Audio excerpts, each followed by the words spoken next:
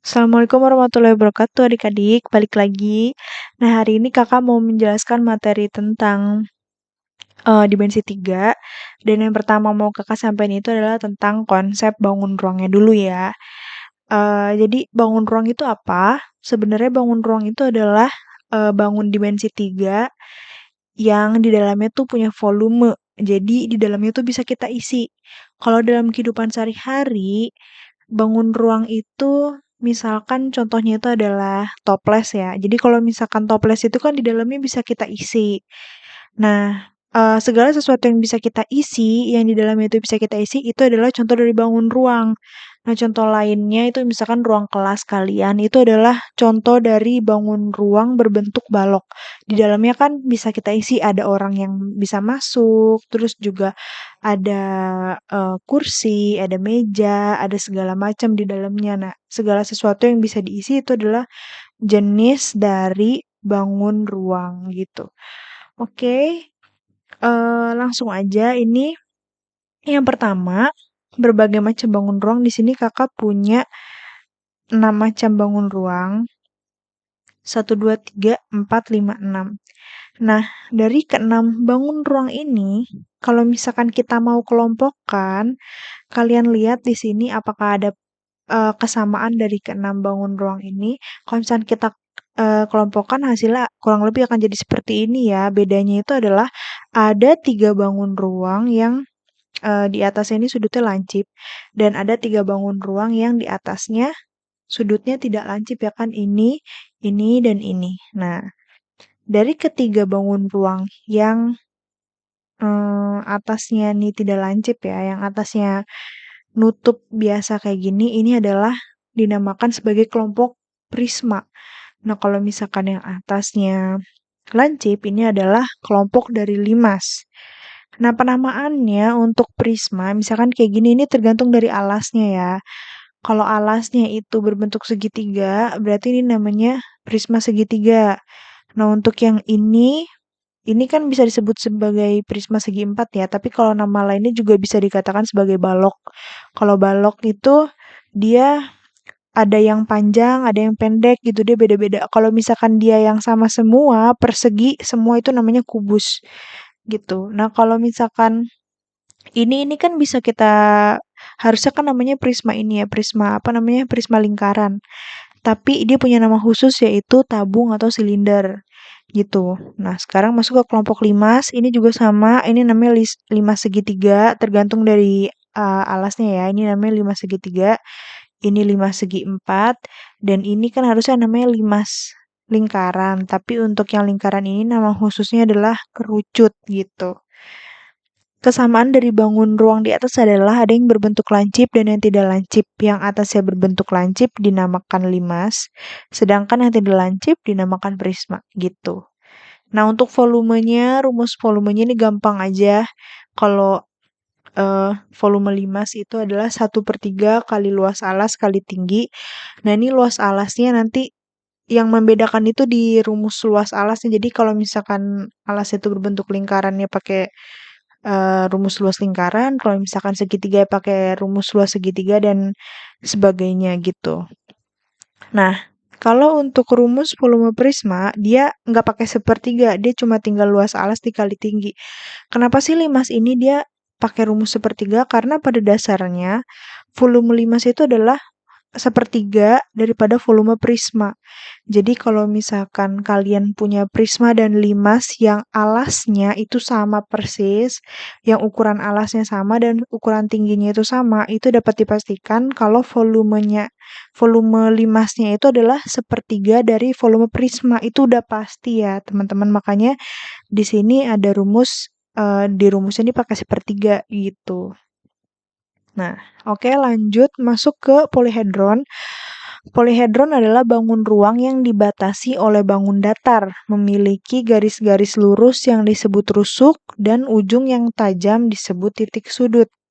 Nah, ingat ya, di sini dia punya rusuk dan ujung yang tajam disebut titik sudut.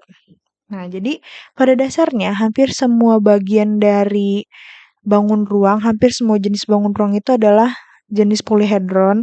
Tapi khusus untuk yang punya sisi lengkung, misalkan contohnya kayak silinder, kayak gini nih ya, kayak tabung, kayak kerucut, dia tidak termasuk ke dalam bagian polihedron karena dia hampir tidak punya titik sudut dan hampir tidak punya rusuk ya kalau misalkan kita gambarin dia ini kan lebih banyak sisi yang lengkungnya ya kan jadi dia tidak termasuk ke dalam polihedron. Kalau yang kayak gini kan jelas nih ya dia punya rusuk nih. Dia punya garis ini yang disebut sebagai rusuk dan dia punya ujung-ujung yang tajam yang disebut dengan titik sudut. Nah, ini kayak gini nih ujung-ujungnya adalah bagian dari titik sudut kayak gitu. Nah, contoh lain yang bukan dari yang tidak termasuk ke dalam polihedron itu adalah bola. Karena bola itu kan dia sisi lengkung semua gitu. Dia nggak punya titik sudut, dia juga nggak punya rusuk gitu. Nah, oke. Lanjut.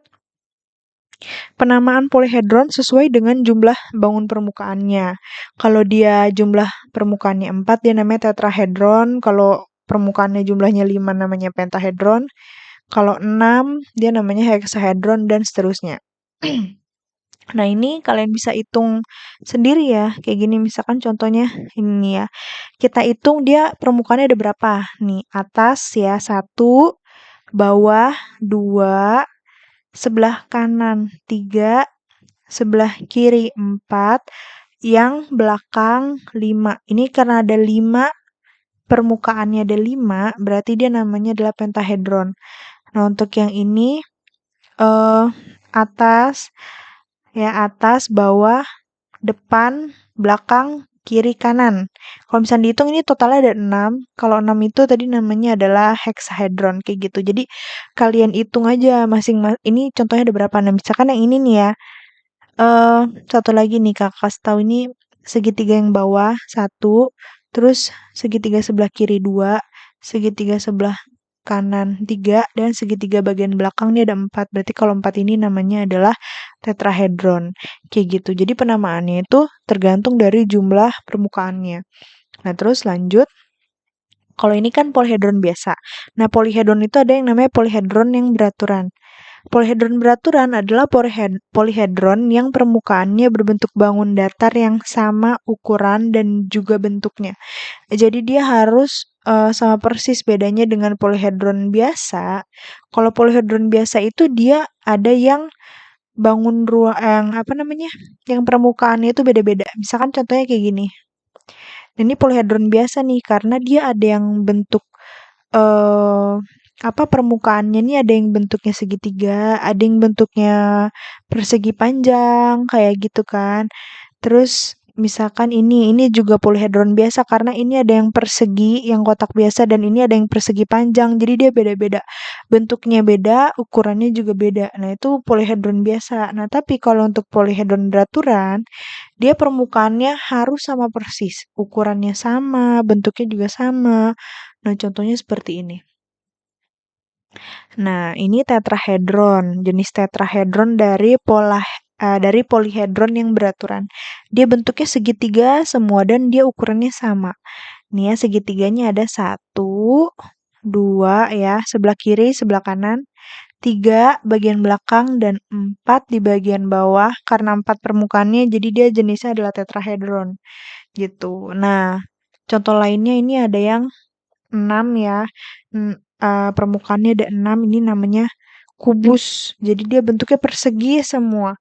Kalau balok dia tidak termasuk ke dalam polihedron beraturan walaupun dia namanya juga sama ya, heksahedron, tapi dia tidak termasuk ke dalam polihedron beraturan karena kalau balok dia bentuknya beda-beda. Ada yang persegi panjang, ada yang persegi, kadang ukurannya suka beda-beda gitu. Kalau polihedron beraturan kan tadi dia ingat ya, bentuknya harus sama persis dan ukurannya juga harus sama persis gitu. Nah, oke lanjut. Jenis polihedron yang ketiga, ini ada yang namanya oktahedron. Kalau oktahedron ini dia dibentuk dari segitiga yang ukurannya sama dan dia jumlahnya ada 8. Ingat ya kalau okta itu dia 8.